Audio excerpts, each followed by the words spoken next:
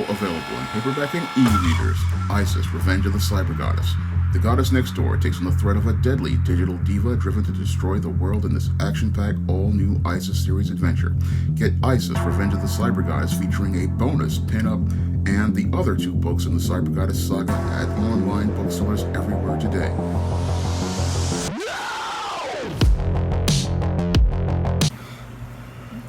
One of my viewers took offense to my video critiquing Sick Media Comics comic books. Now, this viewer says they're a regular customer of my work on SJS Direct, and they were offended by the commentary I presented as related to these Sick Media Comics comic books. Now, in that review of those Sick Media Comics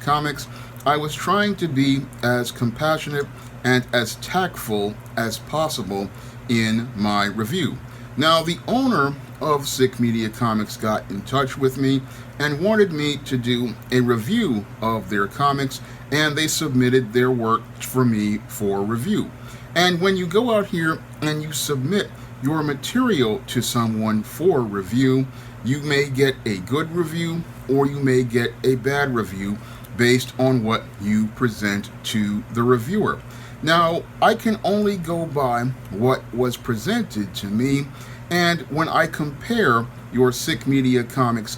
to other independent comics I have reviewed on this channel, the quality is just not there in comparison to many of the truly great books that I have recommended to my readers, like Josh Howard's T-Bird and Throttle, Damsel from Distress, and other great comics like Raymond Leonard's Agent Solo. I did not see the same level of quality that was presented in those comics that I have talked about over the course of the years of this channel, and I just cannot go out here and hand out good reviews to people who just haven't put in the work.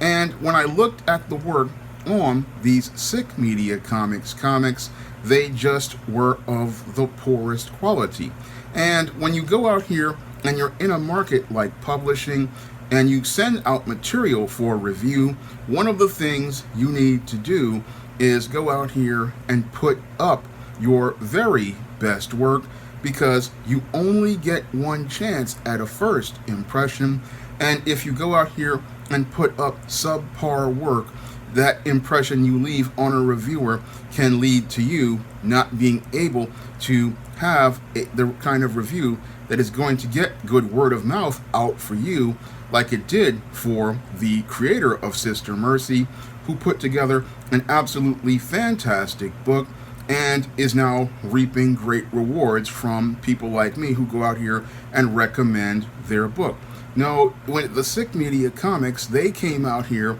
with the absolutely poorest quality, and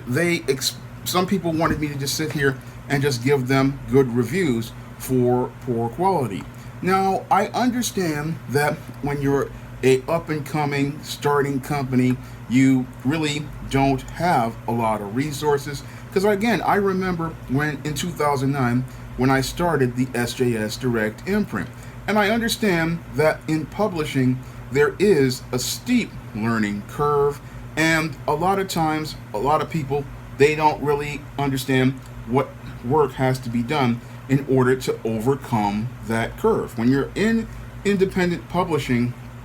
for the first year or so, you really don't know what you're really doing, but that's why you always should seek out the guidance of other professionals and try to network with other professionals in order to try to minimize the impact as related to your product. Because when you're out here and you're just starting out, I understand that, yeah, your stories when you first start out may not be the greatest, but the whole thing is that you're showing some sort of potential. But I did not see that with many of these Sick Media Comics, and when I look at these books, they really just had serious issues as related to the story, where they definitely, as I see it, need an editor to be able to vet some of these ideas and try to make something logical out of them. And they definitely need somebody to direct the editors as related to the overall vision for the publisher, because when I look at those comic pages, they were all over the place. And when you're doing comics, you really don't want to have pages that are all over the place, because most readers, when they go out here and they pick up a comic, they're going to judge that book by two things. One, they're going to judge it by the cover, which opens up the story, and two, they're going to judge it by those first 3 pages. And if they're not seeing anything significant happening on the cover or the first 3 pages of the book, that person is going to put that book back on the shelf. And that's not going to help you in the long run when you're running a comic publishing company, because in a comic publishing company, your business is sales. And that's where a lot of people who are out here get it really mixed up, because they have a lot of passion for making comics and they get caught up in their feelings about creativity. But at the end of the day, the publishing business is a business, and when you're in business, you're out here creating a product for the customer at the end of the day. And if the customer does not have a strong first impression of your product, then what they're going to do is not go out here and buy your product. And that's going to hurt you at the end of the day. And the Sick Media Comics Company wasn't helping themselves by going out here and doing things like using Microsoft Word type logos, which is not really a good first impression when you are comparing it to many of the indie guys out here who are working out of their garages, and they'll go out here and pay a guy to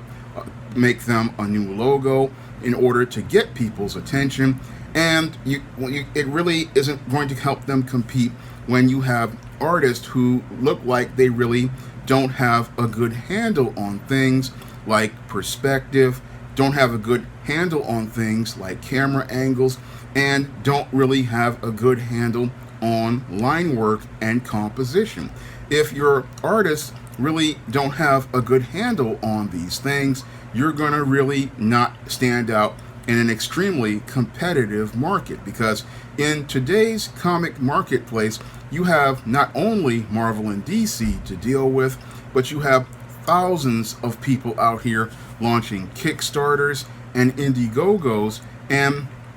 most of those people, they are already, some of them are coming in, they're former people who worked at DC and Marvel, they're professional comic artists, and some of the other amateurs, they're coming in here with an extremely strong skill set. And if you're coming in here with some really weak sauce material as related to writing, as related to art, as related to cover design, as related to logo, you're not going to be able to stand out, and the customers are just going to look at your product and they're going to pass it by. That's the sad, horrible truth that that viewer really didn't want to hear when I was making my critique of Sick Media Comics, but I made that video because I wanted to help out other comic creators out here in order to show them the kind of mistakes that they need to avoid making, because the comic books that are out here,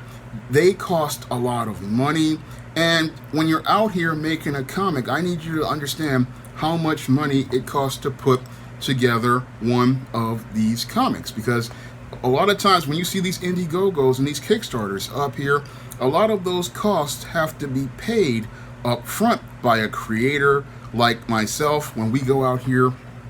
and commission an artist, when we commission a colorist, when we commission a letterer, and when we commission a logo artist. We have to cover all those costs up front. So for example, with my upcoming John Haynes at Death's Door comic, all those costs have to be paid up front before I go out here and publish material. So that means that before I even spend a single dollar on the contract work, I need to make sure that that work in the script is the absolute best it can possibly be. I mean, last year, before I did the Easting No Good Deed comic with Bill Walko, that book was 11 pages. That comic strip was 11 pages, and I cut 2 pages out of that script in order to make sure it was the best quality, because each of those pages cost money, and I wanted to leave a strong first impression on my readers with giving them the best story. So I cut panels, and I cut 2 pages out of that story in order to make it work. And that's the type of editing an editor needs to do, and that's also the type of work you need to do, because again, these comics cost money. I mean, it costs anywhere from $80 to $150 for a comic artist to do a page, and it costs $250 to $500 for an artist to do a cover. And these are fixed costs, and this is money you're not going to be able to make back if you go out here and hire the wrong type of talent, trying to be cheap, hiring a guy who does it for $50 a page, but then he has no sense of proportion, no sense of perspective, and because you wrote a poor quality script, he doesn't really know how to really make the cameras work, and that really makes it where the visuals are completely off. And when you have books where the visuals are completely off, what's going to happen is it's going to alienate the reader, because they're going to look at the interior and say, hey man, his camera angles are really off, and I'm not really feeling the story because the art is so uneven, and the perspectives and the compositions of the figures are off, and that's really gonna keep you from generating that sale. So when you're out here and you're doing comics, again, you really want to make sure that you refine your material, because when you refine your material, that's going to leave a stronger first impression on the reader, and that stronger first impression may possibly lead to you generating a sale. So a lot of guys out here, they again come in with their feelings about comic books. They have this passion, yes, a lot of passion for comics, but there's a lot of craft that they need to learn, and it's again a steep learning curve as related to learning a craft. And that's why I said this guy should have really just went out here and just published one comic, figured out where the mistakes were with that one comic, and then went back and then tried to refine things for his next story, because that was one of the things I had to do when I published my first book in 2009. I got a lot of acclaim for All About Marilyn, but I had to keep refining my skills, and that's one of the things that I try to do, is continue to refine the craft so that the product that I produce is of the highest quality. Because when you're an independent creator, you already are at a disadvantage, because most people are hesitant to go out here and try a product by an independent creator, and you don't want to go out here and hinder yourself by going out here and getting in your own way by not really having a good quality script, where the artist doesn't have a good sense of direction of where you want to go with your story, a script where the visuals are not very clear, and dialogue that really is really awkward, because that's another thing you have to really think about when you're writing a script, because the artist has to really go out here and put things in perspective as related to your dialogue. I remember when I was working with Bill Walko on Easting No Good Deed, and he had already put enough space for the word balloons and the lettering, because that really helps with, again, the overall finished page. And you have to understand that when you're working with people, you have to, if you're the writer, you have to put things in a way that the artist can fit the dialogue in, so that it can just flow beautifully into the page without getting in the way of the art, because the art needs to be the star of the show in a comic book, and you need to make sure that your script makes sure that the art is the strongest part of the comic. You have to be able to tell the story with pictures and get that story to flow from page to page, because if that reader is sitting there and you make them want to stop reading, then you're not going to be able to sell that next book. And again, comics are about sales, and when I looked at these SMC comics, they clearly were not ready for prime time, and this viewer, they were upset that I was being hard on them. But what is even harder on the reader is the impression they have as a customer. If you're asking a customer to go out here and spend money on your comic, then you have to give them something that is of value. And if the customer has to sit there and look at your book and they see you using Microsoft Word art on the logo, they see you going out here and the art is really not good as related to perspective and proportion, and really the visuals aren't very strong, then the customer is going to sit there and say, why should I spend money on this? And most importantly, why should I spend my time reading this? Because you have to understand, a customer's time is precious, and you have to go out here and give them a reason to spend time reading your book. So when you're out here in publishing, you have to give the customer something of value at the end of the day. People are not just going to read your comic because you made it. You are creating a product, and because you are creating a product, you have to create something that the customer wants to buy. And that's something that many people out here today are not really thinking critically about. They're not really understanding this from a business perspective. Now, as somebody who has been in the independent publishing business for over a decade, I know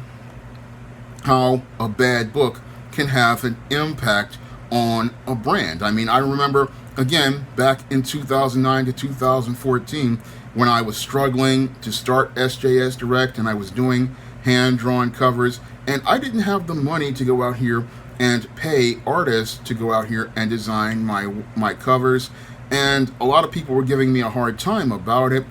and again, I was struggling at that time, so I understand struggle. But when I look at SMC, they had the money to go out here and hire artists, and they had the money to hire colorists, they had the money to hire letterers, and if you have this type of money, then you should be able to go out here and find quality talent to put together a quality book. I mean, yeah, I know in the first couple of books it may be a little rough, but the whole thing is that by your second or third title, it should be starting to solidify, and you should be out here putting together quality books. I mean, that's why you nearly need a good EIC who is a visionary, because a good EIC, they have an eye for art, they have an eye for a page, and when they look at a penciler's work, they can say, hey, this guy really has a good eye as related to camera work, he has a good eye as related to visuals, his shots are very solid, he has a good medium shot, he has a good wide shot, he has a good close-up. So I like the way he's laying his page out. Let's give this guy a shot at a comic and let him do a story. I mean, when you look at, because that's what I do when I go out here and I look at different artists' work, I go and I'm looking at their pages, and I'm looking to see how they tell a story with a page, and I'm also looking at how they're doing composition of their figures. Or is the composition dynamic? Are the figures proportional? Or are people having good facial expressions and body language? All of this relates to telling a story on screen, and it relates to telling a story in pictures. And when you're in a comic, everything in that picture on that page has to be bold, it has to be dynamic, it has to move, and if it doesn't move, the reader isn't going to be moved to go out here and pick up that next issue. And that's something that a lot of independent comic creators really have to think about. when they're going out here and creating their comics. When you're going out here and creating a comic, again, you only have one chance to make a first impression. And if you go out here and you put together sloppy work, your first issue will be the last one that the customer buys. And you really don't want that to be the thing with your books. You want it to be where the customer comes out of that book and they're so excited about what they're reading that they are going over to your website and they're putting in an order for the next book that's coming up, or the back books that you have from previous stories. And as somebody who has gone out here and done that type of work, I know how to do the books where you can go out here and the book is so strong that the reader comes back for back books. Or in the case of the ISIS series, I've had people come back and pick up the entire run. That's over 19 books, and people will pick up the entire run of titles. And that's the type of impact really good storytelling can have. And if you're going into comics, and if you really think about it, think about this. I mean, if you go out here and write one good issue, a guy coming back and picking up all 19 back issues, that's again a tremendous impact. And that's what you want to have as a writer and an artist. That's what you want your creative team to be able to do. You want them to be able to have that kind of impact. But I didn't, again, see that with Sick Media Comics. I know that, again, that they're starting out, and I was not trying to be harsh as related to your Sick Media Comics. I was trying to, again, go out here and give them constructive criticism, because I know how hard it is to get a book to the marketplace, one, and two, I know how brutal comic YouTube can be, because, again, guys like Ethan Van Sciver, guys like your boy Zach, guys like Yellow Flash, guys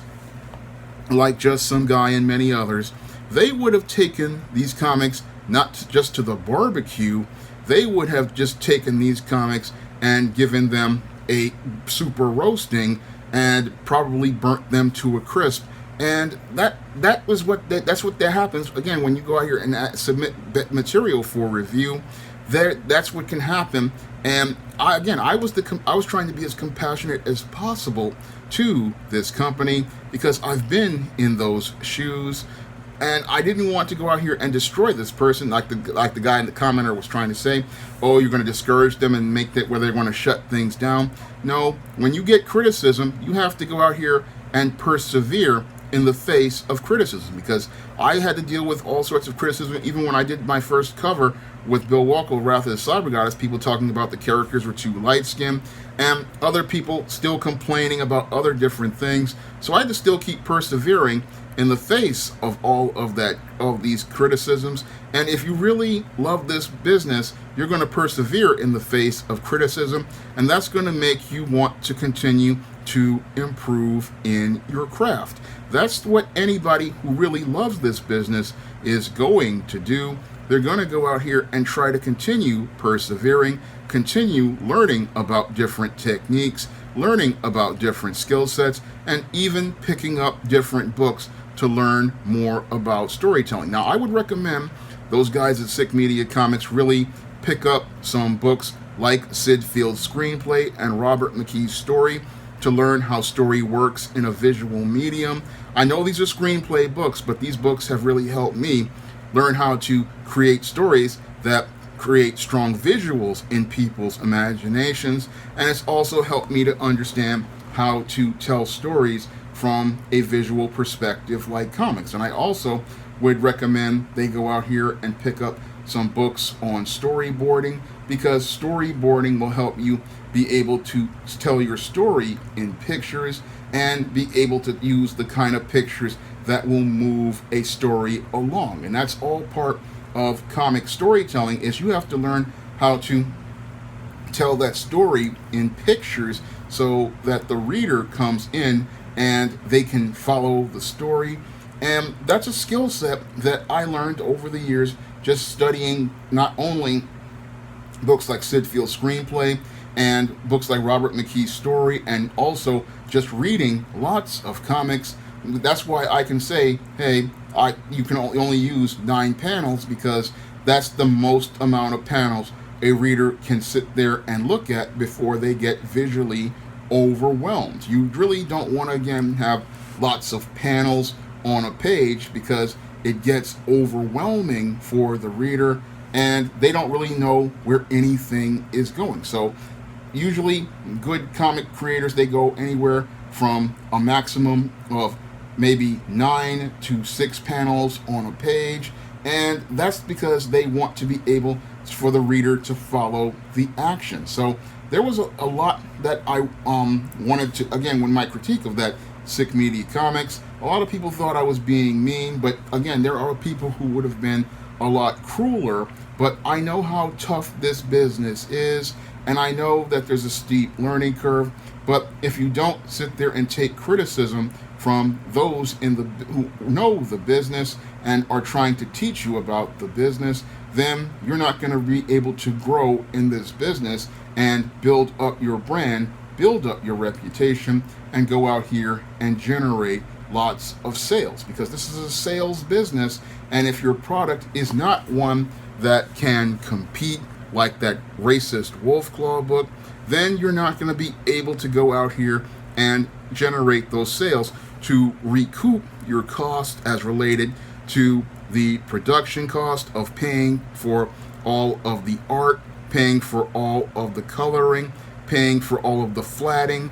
paying for all of the lettering, and paying for the printing. You're not going to be able to recoup those costs. And that's what happens to, sadly, a lot of independent creators who cannot grow. What happens is they make this comic out of their feelings, and then they wind up losing thousands of dollars. And I don't want to see a guy who's supposedly starting a business doing comics lose that kind of money, because I saw so many independent creators lose so much money in the 80s making black and white comics, and they wound up eating the cost on those books, because yes, they came into comics because they had a love for comics, but they didn't have the same love for craft. And you have to learn craft if you want to be able to compete in this business. And the more you learn about craft, the better your skills will be,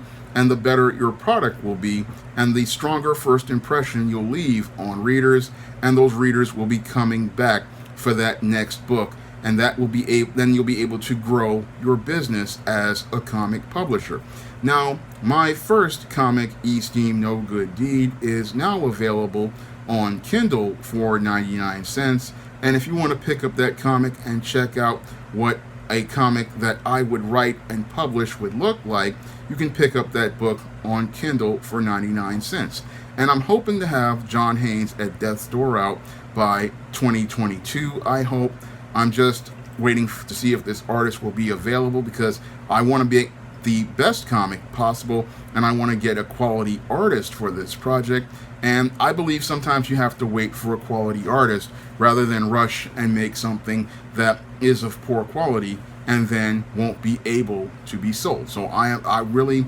am eager to get my next comic, John Haynes at Death's Door, out. The script is ready, and I would refine it again if I have to, because I again want to give my readers the very best quality comics, and that's what I wanted to do with these Critique of Sick Media Comics, is help this creator go out here and do a better job of making comics. Now, if you want to help me continue to make more videos and be able to go out here and publish my second comic, you can donate to my Patreon, my PayPal, or my Cash App by clicking the link in the description box. That's all I have to say for this video. You can comment, rate, and subscribe.